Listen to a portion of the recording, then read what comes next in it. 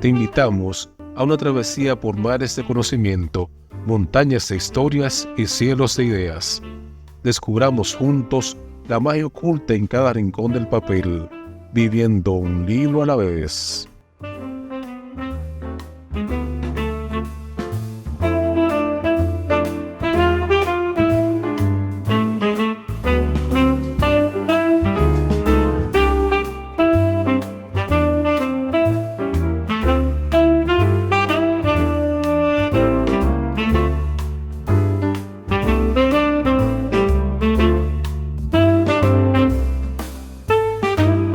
Conversamos con Rebeca Castellanos sobre su poemario Los instrumentos del gozo.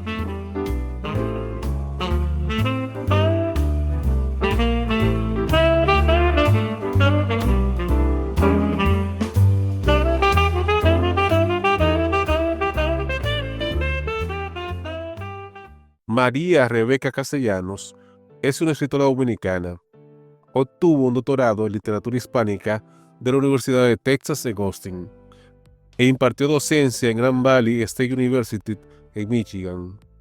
Es uno de los miembros fundadores del taller literario El Caballo Verde, que existió en Miami en la década de los 90. Castellanos ha publicado los libros Eva 2000, Sueños de Nebula y Los instrumentos del gozo. Ha sido invitada a leer sus trabajos en numerosos eventos, entre ellos el Festival de Poesía Voces en Vuelo, organizado por DePaul University en Chicago.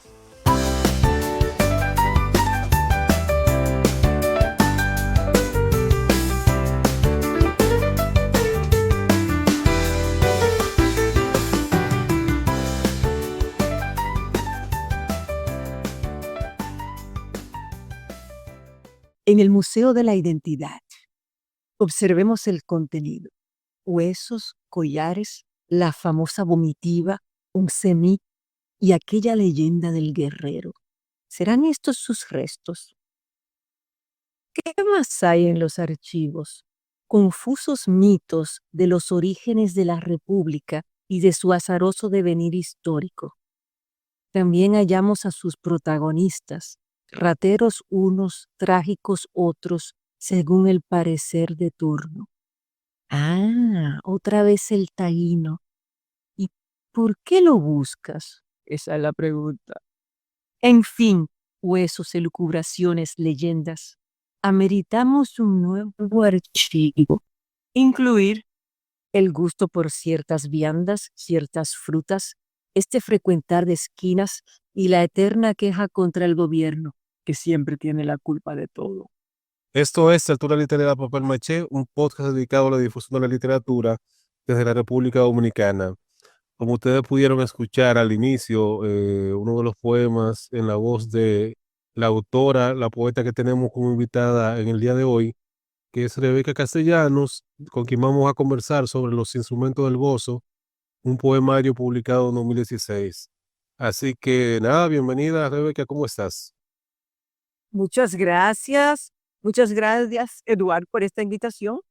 Y me encanta poder compartir, eh, sobre todo con alguien que ha leído el libro, porque pude notar que sí lo habías leído bien, porque me mandaste unas preguntas así que solamente que alguien que hubiera escarbado pudiera haber hecho esas preguntas. Bueno, vamos a iniciar una vez con la primera pregunta, que es a los invitados que vienen por primera vez al podcast. ¿Cómo fueron tus inicios en esto de la literatura? ¿Cómo tú te diste cuenta que podías ser escritora, poeta? ¿Y cuáles han sido los principales hitos de tu trayectoria como escritora? Bueno, te voy a decir que yo soy una lectora, eso es lo primero, una amante, una caníbal. Desde que yo era chiquita, yo era caníbal. Es decir, leer, leer, leer. Y quizás muchos de esos libros yo no los podía entender. Quién sabe si yo los entendía. Yo me pregunto. Pero sí, leía vorazmente. Y luego ya yo quería ser escritora, quería pertenecer, ¿no? Quería tanto pertenecer ese, a ese grupo que yo admiraba. Y cuando emigramos a Miami, ahí en la universidad, en un curso, yo te conté eso, pero te lo voy a contar otra vez, en un curso sobre el modernismo, que es nuestro primer gran movimiento latinoamericano. Lo que más me impresionó del modernismo no fue la poesía, sino los textos en prosa. Esos textos sí que eran bárbaros, ¿ok? Porque en la poesía uno está acostumbrado a ver experimentos, tú sabes, pero que en la prosa uno fuerce a la prosa a hacer cosas y a describir cosas. Y bueno, ahí teníamos un grupito de escritores que nos fuimos conociendo, éramos 5, y uno de ellos, mi gran amigo Luis Marcelino Gómez, que es un escritor cubano, luego te mandaré una novela de él. Él dijo, ¿y por qué no hacemos un taller? En Cuba hacemos unos talleres, hacíamos unos talleres. Se reúnen y cada uno lee un texto y los demás ayudan a mejorar esa pieza, ese taller, que es el taller El Caballo Verde, en honor a aquella colaboración de García Lorca con Pablo Neruda, El Caballo Verde, y eso es un hito para mí, haber pertenecido a ese taller, un taller que estuvo en Miami por varios años. Luego después el grupo se disgregó porque nos fuimos graduando y partiendo a diferentes lugares, ¿no? Y he publicado 3 libros, 3 libros. O sea, dos más aparte de este, ¿verdad? Sí. ¿Cuáles son los otros?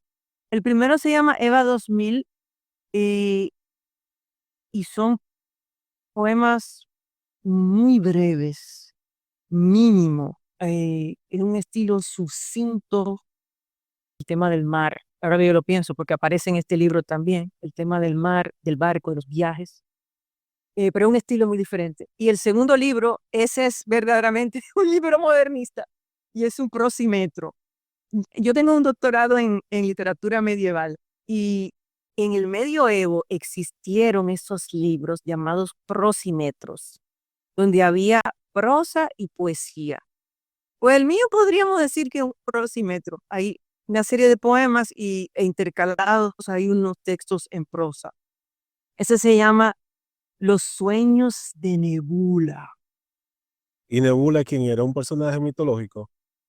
Es un personaje, bueno, ese libro hay mucha mitología, pero ese personaje yo me lo inventé como un alter ego, que es ella y es yo en parte, sí, Nebula. Le puse una H para forzar al lector a darse cuenta que es Nebula y no Nébula, ¿verdad? Nebula. Ok. ¿Y qué te llevó, Rebeca, a estudiar literatura medieval? Ah, eso es muy interesante. Sí, sí, sí. ¿Qué te llevó a estudiar eso? Yo tenía una manía de la originalidad, porque ya, cosa de los escritores, ¿verdad? Queremos ser originales, pero como académica yo quería estudiar y hacer algo nuevo. Y realmente lo que me gustaba era el siglo de oro. Tú sabes, Cervantes, Lope de Vega. Pero ese es el campo en que más grandes hispanistas ha habido. Es decir, y yo pensé, ¿cómo yo voy a competir con toda esta gente? Déjame ver qué más se ha hecho. Y di marcha atrás, a ver, y en el medioevo todavía había muchas cosas por descubrir. Aparte de que ha habido grandes hispanistas como Menéndez Pidal, que es, digamos, el paradigma. Eh, es como decir Pedro Enrique Sureña, ¿verdad? Que es uno de los grandes hispanistas. Pero ese de más para acá. Menéndez Pidal estudió mucho la Edad Media, eh, pero él mismo catalogó cosas que no estudió porque no se puede, no daba tiempo, y mira que vivió muchos años. Entonces yo me enamoré de esa época, después que comencé a leer, una época en que, por ejemplo, hablar del sexo, se hablaba del sexo así, en esos términos, crudos y simples. Ya cuando tú llegas al siglo de oro, no es así, le dan la mano, come la mano, eso del sexo, tú no lo ves, ¿no? Em, un rey tenía que ser un guerrero en la Edad Media. Un rey que no pudiera montar a caballo no duraba mucho siendo rey. Uno de los personajes que me encanta, que aparecen en la crónica, es Sancho el Gordo. Sancho se puso muy gordo, en consecuencia no podía montar el caballo, comenzó a perder territorios. Entonces él hizo una tregua en la guerra que tenía con el rey moro del rey vecino, para que le mandara unos cirujanos, así le llamaban a los médicos, unos cirujanos que lo ayudaran a bajar de peso. ¿Qué te parece si era importante eso de montar a caballo? Es fascinante. Em, ya, me enamoré de la Edad Media, el cantar de Mio Cid y todo eso. Y aparte de ese interés tuyo por la Edad Media, ¿qué otras lecturas te han marcado? O sea, ¿qué autores, obras te han marcado? Te voy a decir, aparte de las innumerables novelas que he leído, que soy una lectora de novelas, pero de poesía, como te dije en otro momento, Enrique Molina, el escritor este argentino, Enrique Molina, eh, con una literatura, unos poemas raros, ¿no? Donde aparece algo entre verso y verso que no va con el resto. Y eso es lo interesante para mí, ¿no? Eso es lo interesante. También, claro, Pablo Neruda, el Pablo Neruda de Alturas de Machu Picchu, porque como es un escritor que escribió mucho, tú puedes escoger, y ese es el que me gusta. Dominicanos, ninguno. Nada, sí, sí, dominicanos, hay unos cuantos, te voy a decir. Voy a tener que hablar de los muertos primero. Mira, ¿cómo se llama? Es ese poema fundamental, Yelida, el poema Yelida. Es un poema épico, recargado, pero se entiende lo que hay. Eh, y es muy concentrado, porque llamarle épica, Medar Serrata, que es mi esposo, lo estudia, sí, es una épica, ¿verdad? Poema muy concentrado, ¿no? Y con un final abierto, lo cual es interesante, ¿no?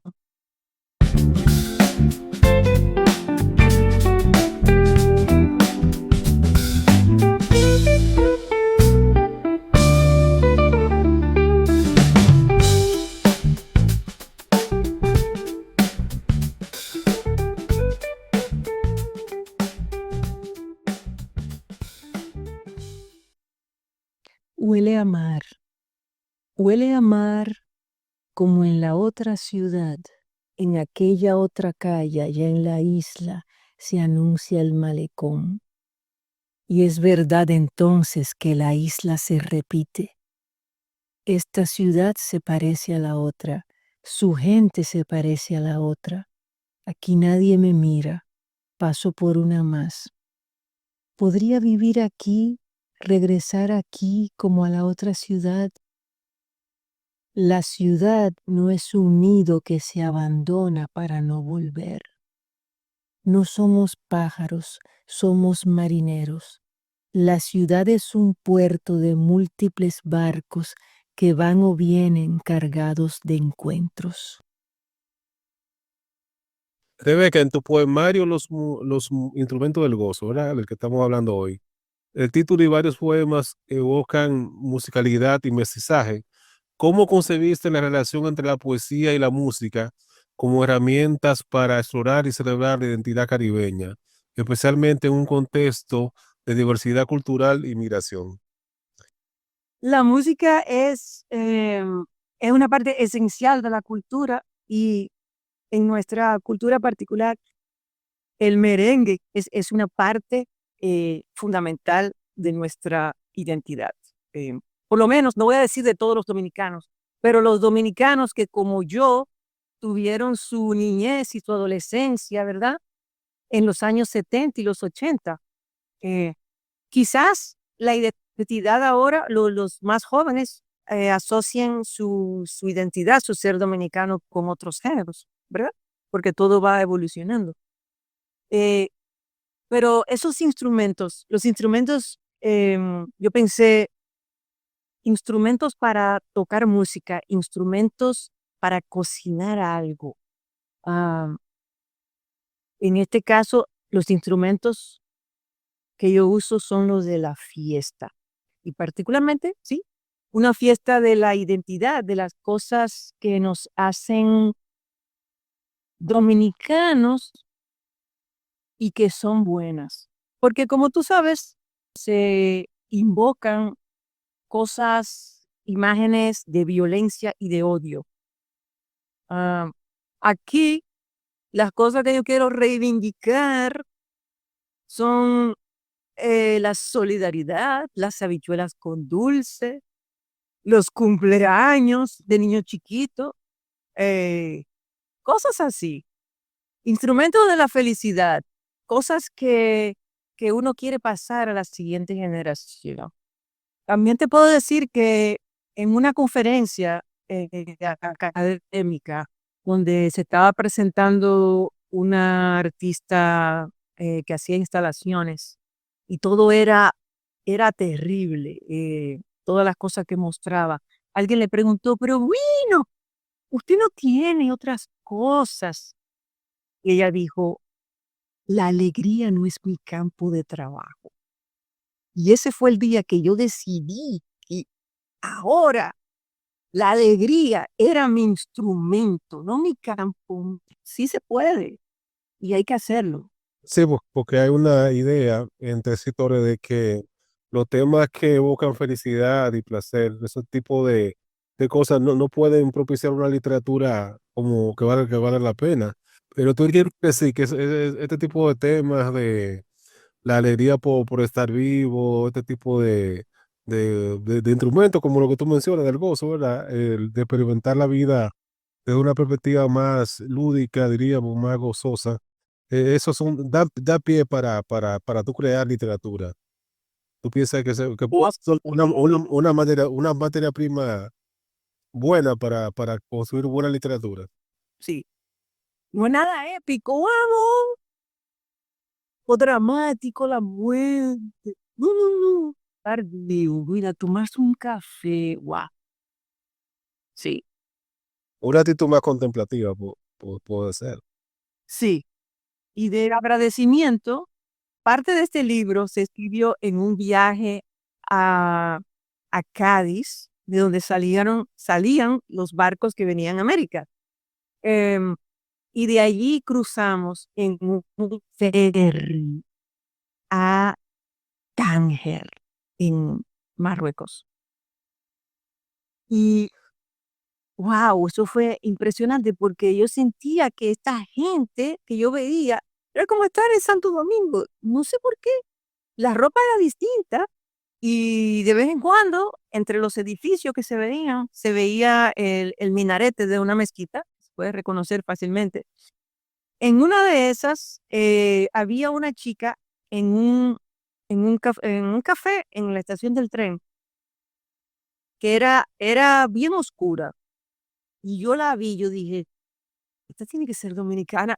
Y yo le dije, dominicana. Y ella me miró, se sonrió porque tenía que sonreír porque ella no entendió nada de lo que yo dije. Pero me sonrió porque como yo era turista había que sonreír. Sí. Y, y yo pensé, wow, esta vaina de la identidad. En, ¿Quién es el dominicano? ¿Quién es el dominicano según tú? ¿Qué es lo que nos identifica como dominicanos? ¿Qué cosas, qué rasgos nos marcan a nosotros como dominicanos, que nos distinguen de otra nacionalidad? Es la contingencia de la historia, eso definitivamente. Es decir, y claro, y eso es generacional. Por ejemplo, todos los niños y los adultos y los niños saben quién es Trujillo. Me pregunto si los niños saben quién es Balaguer, pero Balaguer fue el que yo viví, así que los de mi generación están marcados por eso. Entre un argentino y yo sé quién es Balaguer, ¿verdad? Eso me hace dominicana, qué horror ese Balaguer, ha dejado esa marca tan horrible. Habichuela con dulce. Mi mamá, que es cubana, Sí. la primera vez que oyó hablar de habichuelas con dulce quedó horrorizada. ¡Ah! Habichuelas con azúcar, qué horror. Eso es algo dominicano. Eso nada más se hace en República Dominicana. Eso. Tú le puedes dar Solamente, a cualquier otro país, en cualquier otro país y lo van, sí, no lo van ni a concebir. Eso. no. Sí. Y la otra cosa que te va a espantar es cuando tocan el himno nacional. y tú dices, no, no, no, voy a resistir, y se te quiere salir una lágrima. ¿Pero por qué? Porque es algo que está internalizado, ¿verdad? Algo, y quizás es porque he vivido muchos años fuera y cuando regresé, mira, yo decía, pero ¿por qué? Yo le dije a Medar, explícame esto, porque no es sentimentalismo, no soy sentimental, eso no es. Y no considero que los dominicanos seamos mejores ni peores que otros. Sencillamente somos, ¿no? Diferentes. Somos diferentes. Somos diferentes. Sí, Sí. Mm, exacto.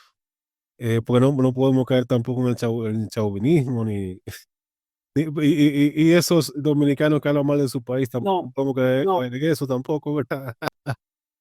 Porque es así, o sea, nosotros somos diferentes, no somos ni mejores ni peores como tú. Y Rebeca, algunos poemas como el que leíste hace un momento, Huele a Mar, mezclan lo espiritual y metafísico con elementos de la vida diaria, como el merengue, la yuca, los peinados. ¿Cómo abordas esta tensión entre lo trascendente y lo terrenal para capturar la esencia de lo caribeño? Eso es la poesía la que lo logra. Imagen con algo, como tú dices, metafísico. No sé cómo decirte lo de lo caribeño. Yo sí pensé, porque una parte de este libro se escribió aquí, pero 2/3 de este libro se escribieron fuera del país.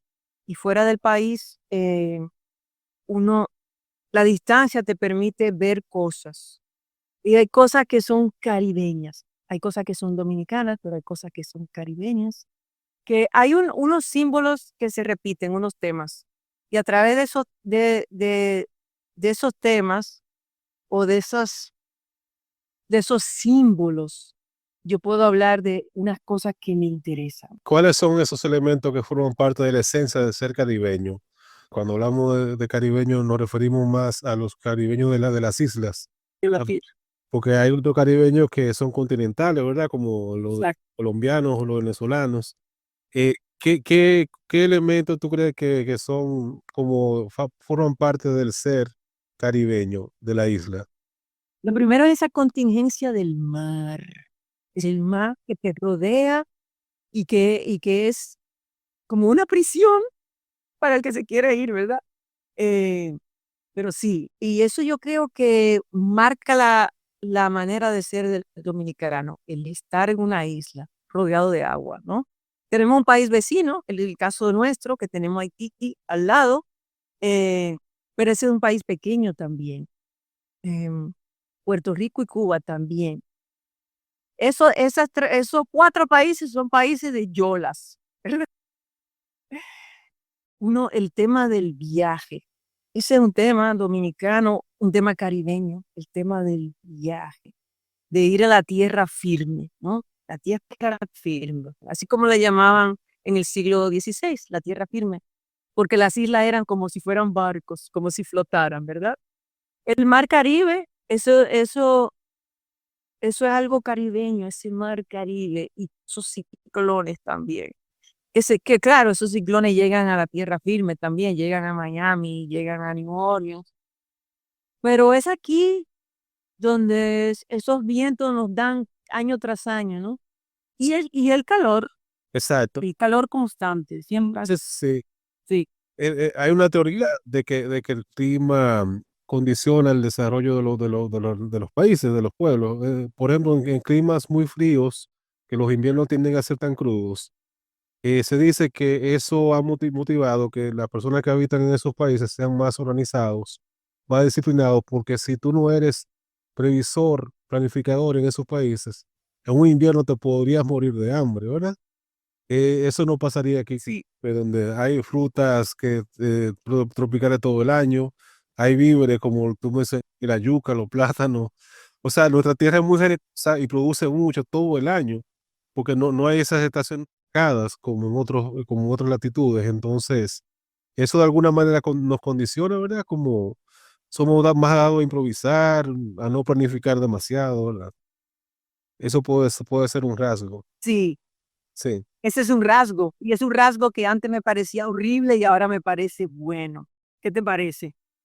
Bueno. Si tú, No, es verdad, uno se si, si tú te con eso. si tú te pones a analizar en el fondo, ¿por qué si la naturaleza te provee de las necesidades básicas, ¿verdad? Y tú te sientes satisfecho y feliz con eso, por qué buscar más? ¿Por qué complicarte más? O sea, ¿por qué? Yo comentaba con alguien que el grado de desarrollo que tiene el país tal vez es el que necesitamos. No necesitamos quizás Exacto. ser un país del primer mundo. O sea, no tenemos que aspirar a ser un país del primer mundo. Simplemente tenemos que aspirar a sentirnos bien con nosotros mismos y que nadie pase hambre y que todo el mundo tenga su necesidad básica cubierta. O sea, no tenemos que, porque los extremos son malos. O sea, quizás la extrema civilización en algún punto hasta puede resultar dañino porque deshumaniza un poco, aliena, ¿verdad? Podría ser. Eso Sí, es una percepción que yo tengo, ¿verdad? O sea, a veces esas sociedades muy desarrolladas, muy organizadas, muy normadas, pueden hacer que el ser humano se sienta alienado hasta cierto punto. sí, hay mucha soledad allá, por ejemplo, donde yo vivía, Sí, sí. Estados Unidos, y en particular en esa región. Y entonces la gente, muchísima gente estaba bajo tratamiento y no era mentira, ¿ok? Era de verdad, ¿no? Sí. Y yo me pregunto, aquí en Santo Domingo, es al contrario, si tú quieres la soledad, prepárate. Bueno, lo primero que te van a mirar raro. Yo me acuerdo cuando yo era chiquita, si mi hermana y yo no estábamos haciendo bulla, mi mamá venía a ver, tomarnos la temperatura, ¿qué está pasando? ¿Qué está pasando? Eso no es normal. No, no es normal. Pero sí, eso que tú dices, lo que tenemos, apreciar lo que tenemos y, y protegerlo, ¿no? Necesitamos resolver el problema de la basura, porque tenemos un paraíso y lo estamos todo, entonces hay que resolver ese problema. El problema del agua hay que protegerla. Mira, tenemos agua. En otro país llueve. Hay países donde no está lloviendo ya. Entonces, y tenemos de todo. La tierra todavía produce. Hay países donde la tierra está agotada, no produce nada. Tenemos un paraíso.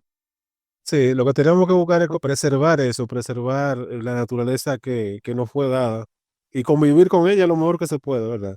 Sin agredirla. Exacto.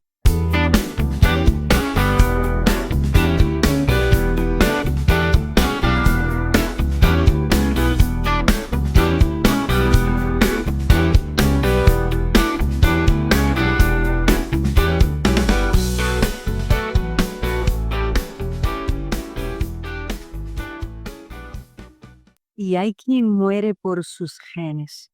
Y hay quien muere por sus genes o por su historia.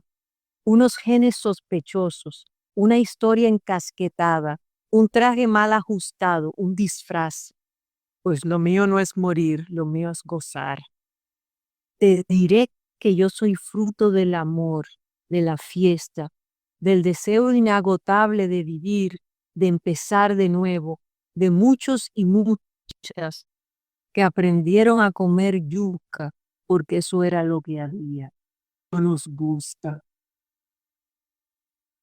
Rebeca, en poemas como ese que acaba de leer y hay quien muere por sus genes, afirmas, pues lo mío no es morir, lo mío es gozar. ¿Cómo entiendes el gozo? No solo como celebración, sino también como acto de resistencia frente a las jerarquías coloniales y a las dicotomías impuestas. Sí, la, Sí. la existencia misma, esta celebración, ya es una celebración, el estar vivo es una victoria. Muchos que sobrevivieron, nosotros somos sus descendientes. Y no somos los descendientes de los que estaban arriba, somos los descendientes de los que estaban abajo. Y míranos aquí, míranos aquí. Entonces, el vivir, el existir, el celebrar. Sí, pero cuando se habla de resistencia, la pregunta sería resistencia frente a quién o quién, qué o quién. Esa sería como la pregunta complementaria. O sea, ¿contra quién nos ¿Contra qué nos estamos resistiendo? ¿Contra el colonialismo, como dice ahí? O que nos quiere imponer estilos de vida que no elegimos? O sea, a qué se refería esa resistencia? Ah, sí, muchísimas cosas. El colonialismo, el patriarcado sobre todo. Está todo ligado, ligado incluso al capitalismo. Pero bueno, Sí. sí, em, sí, es difícil ser independiente del discurso dominante. Eso es muy difícil, porque uno creció dentro del discurso dominante. Eso es imposible, ¿no? Mm, Sustraerse del todo, ¿no? O sea, yo estaba... Pero Sí, sí, sí, adelante. sí, Sí, no, que una vez estaba comentando con unos amigos que les gustan mucho los temas filosóficos. Y él decía, bueno, pero que no te gusta la sociedad como es, ¿verdad? No te gusta el sistema económico en el que vive y todo eso, pero la única salida sería irse a vivir a un monte. Entonces, exacto, o sea, como uno, porque uno no eligió la forma en que está organizada la sociedad y la forma en que funciona el mundo. ¿Cómo uno puede, vamos a decir, surfear esas olas? O sea, el arte nos ayuda, la literatura nos ayuda, como decía Schopenhauer también, de que el arte era como una especie de tabla de salvación para ese sentido de la vida. O hay gente que encuentra sentido de la vida en la religión, por ejemplo. Pero en lo que nos atañe a nosotros, la literatura podría ser una forma de resistencia también. sí, ¿Crees que sí? sí. Sí, la literatura es una forma de resistencia, definitivamente. Y yo te voy a decir a nivel individual, no de sociedad. Yo, Ujú. yo era una niña diferente. Yo sabía que me sentía diferente, me sentía sola. Luego con los años, tuve amigos que, por cierto, también eran escritores.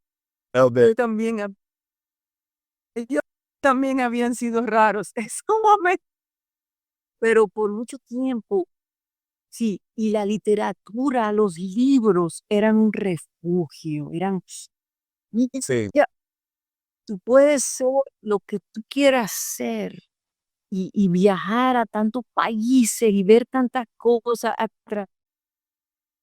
través de la literatura. Eh, y quizá por eso en los regímenes totalitarios prohíben los libros, quieren destruirlos. los nazis llegaron a hacer quemas de libros, ahora los nazis en Alemania quemaron libros, hacían quemas. Oh, sí, grandes quemas, sí. Sí, sí, sí. Sí, ahora mismo en Estados Unidos se están recogiendo libros también en las bibliotecas. A eso vi que incluso leí una vez que este libro, Plátano Señor de Harper Lee, lo sacaron, no sé, no sé si fue ese libro, que lo sacaron de las librerías escolares, no sé, o de las bibliotecas escolares. Y ha habido varias obras así como que las censuradas. Los que están en el poder, ¿no? Quieren controlar la manera en que la gente piensa. Em, Sí. Pero eso también provoca resistencia y hay grupos que se dedican a leer exclusivamente esos libros, sí. Yo he visto, muy chistoso. Solamente leo libros de los que están en esa lista, Roy. Claro, porque de alguna manera eso es una cosa que a la que yo siempre me opongo, a que se prohíban cosas. O sea, yo soy un libertario, yo abogo por la libertad. O sea, nunca se debe prohibir nada. Todo el que quiera, porque somos adultos, ¿verdad? Tú puedes elegir leer lo que sea, escuchar lo que sea, porque tú tienes la libertad. O sea, nadie puede cohibirte eso. Yo creo mucho en eso, en las sociedades que sean abiertas. No creo en prohibir nada.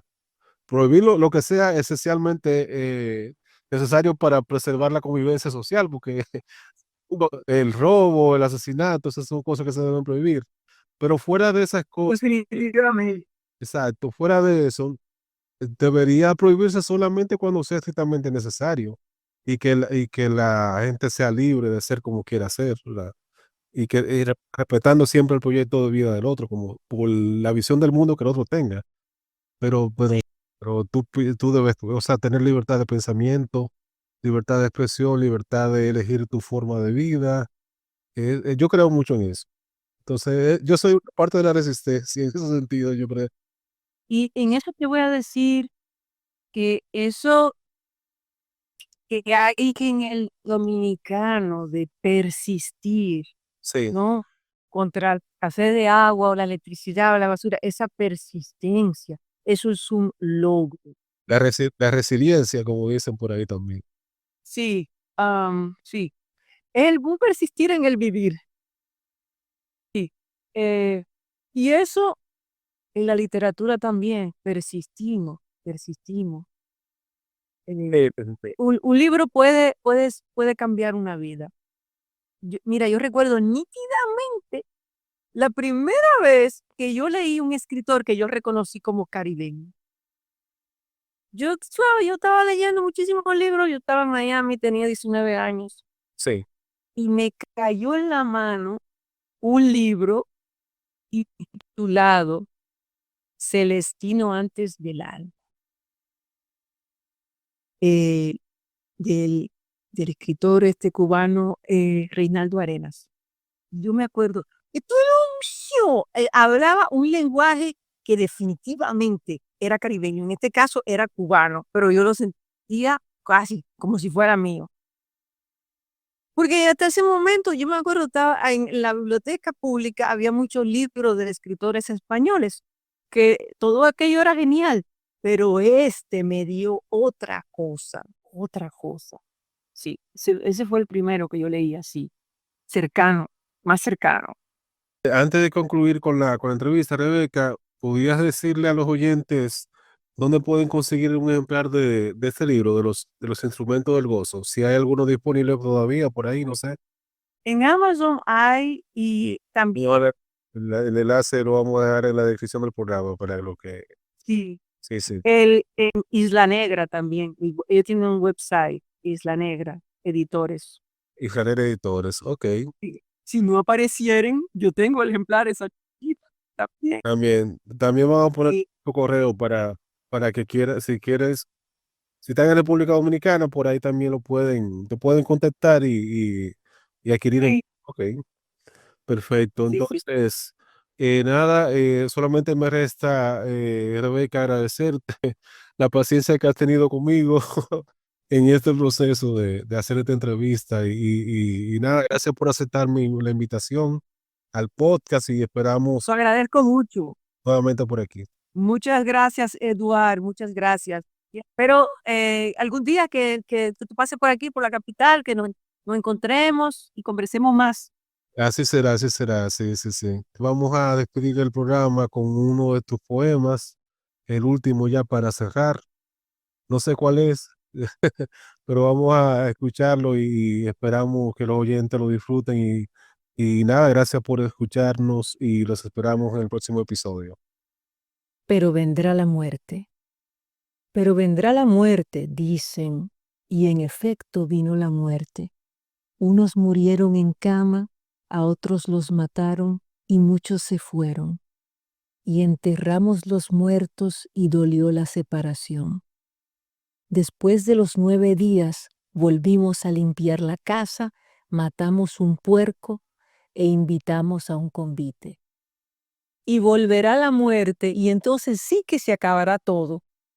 Eso dicen y repiten, y efectivamente se les acaba el tiempo esperando la muerte. Yo, hija de ancestros gozosos, digo que, mientras tanto, qué buena está la fiesta.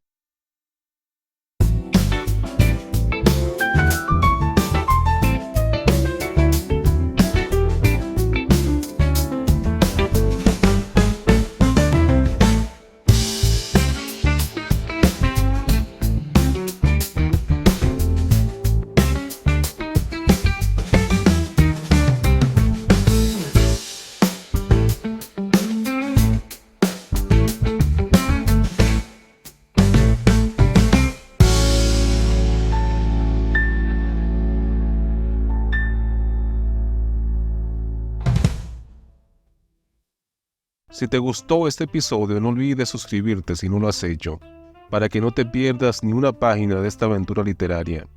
Y si además nos regalas un me gusta, compartes con tus amigos y dejas un comentario, estarás ayudando a que esta comunidad lectora siga creciendo. Suscríbete, comenta y comparte. Hagamos de cada episodio una tertulia más grande y más rica en historias.